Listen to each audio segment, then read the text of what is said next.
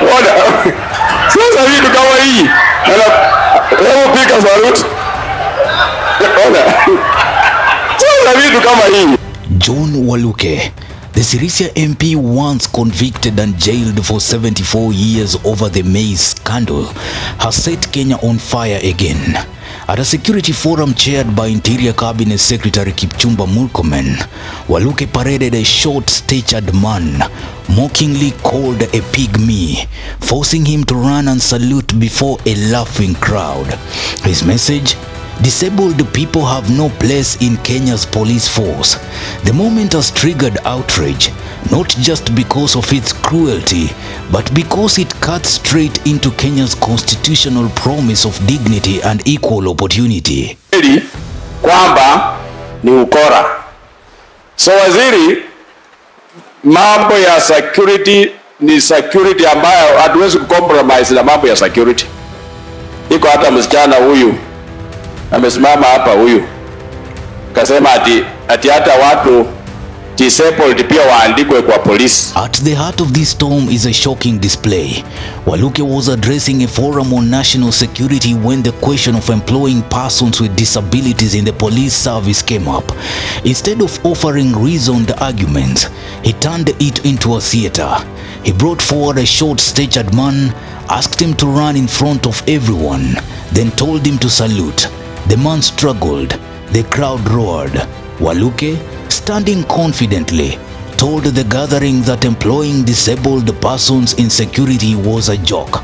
All this while Interior CS Kipchumba Murkomen sat, watched and laughed out. You know, sometimes tuache jokes. Na hii hebu kuja hapa. Waziri vitu zingine. Sasa huyu mtu kama huyu, kama this one and disabled, anaweza kuenda kwa police force vile wanasema this one. Hebu kimbia paka hapo ama kimbia. Ona. Sasa vitu kama hii. Hebu piga saluti. Ona. Sasa vitu kama hii. You know.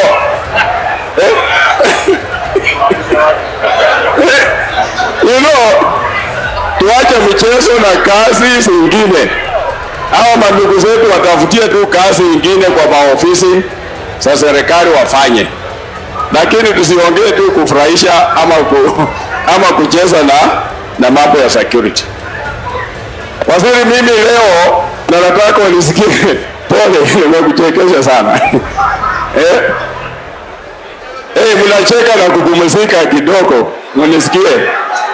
Sitaleta hiyo tena. Sasa Kenya's constitution under Article 54 is clear. Persons with disabilities are entitled to dignity, equality and fair opportunities in employment. The law does not carve out an exception for state institutions like the police. Yet Waluke's public humiliation of a citizen cuts right across this constitutional guarantee. It wasn't just bad optics. It was an attack on the very principle of inclusion. And the fact that the laughter came from a hall full of leaders makes it worse.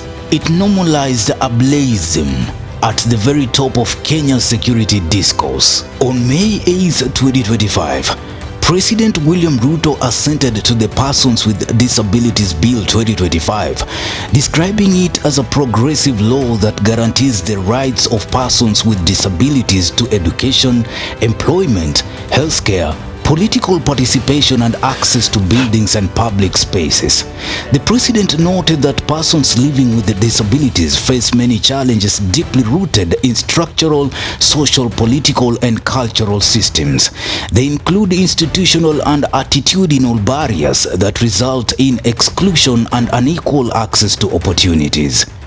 This framework provides a robust, inclusive framework that provides all the necessary incentives, necessary safeguards to make sure people living with disabilities live their full lives as the rest of society. And the ministry concerned, the Ministry of Labor, will take lead while all of us, both national and county governments, will play our role, and all other institutions will take their place in making sure that we execute the provisions of this framework and make people living with disability in Kenya proud. Here's the truth. Policing is not one job. It is a complex ecosystem. Yes, there are frontline roles that require physical fitness, but there are also specialized units, cybercrime, forensics, intelligence, legal affairs, ICT, counseling, where physical disability is not a barrier to service. Globally, countries like the US, UK, and South Africa already integrate persons with disabilities in such functions. Kenya could too. Instead, Waluke chose mockery over policy. This force vile wanasema this one. Hebu kimbia paka hapo. Ama kimbia. Ona. Sasa vitu kama hii. Hebu pika salute. Ona. Sasa vitu kama hii. Now, consider who made these remarks. John Waluke is no stranger to controversy. In 2020, he was convicted in the 313 million Kenyan shillings maize scandal and handed a 74-year jail term.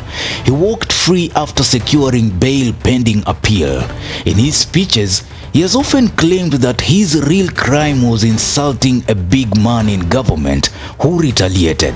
And on this stage, he even hinted that Murkomen, the Interior CS, had been his lawyer and helped him get out of jail. That statement alone raises questions about the bloodlines between justice, politics, and security.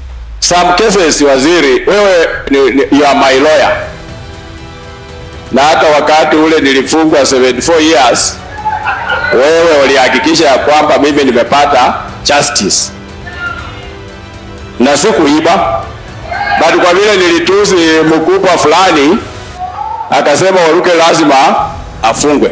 Na ukasimama imara na mimi kwa kesi. Sijasahau bado na kushukuru Mheshimiwa Waziri. Human rights groups are now calling out Waluke's remarks as discriminatory and demeaning.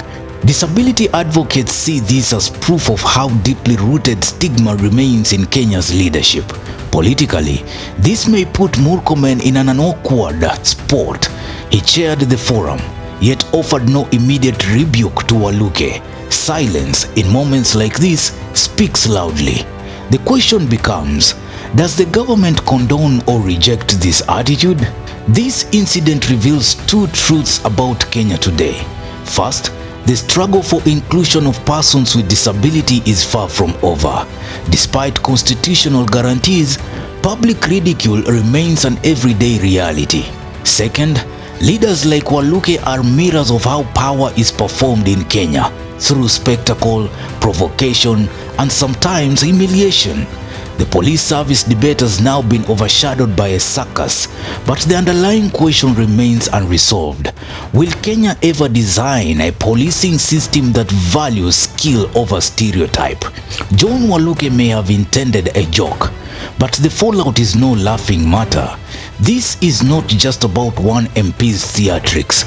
It is about the dignity of millions of Kenyans with disabilities, about leadership accountability, and about whether our politics is capable of serious debate without demeaning the very citizens it is meant to serve. What do you think of Waluke's theatrics? Drop your comments. Newsroom, Maisha TV, Ushabi Jr.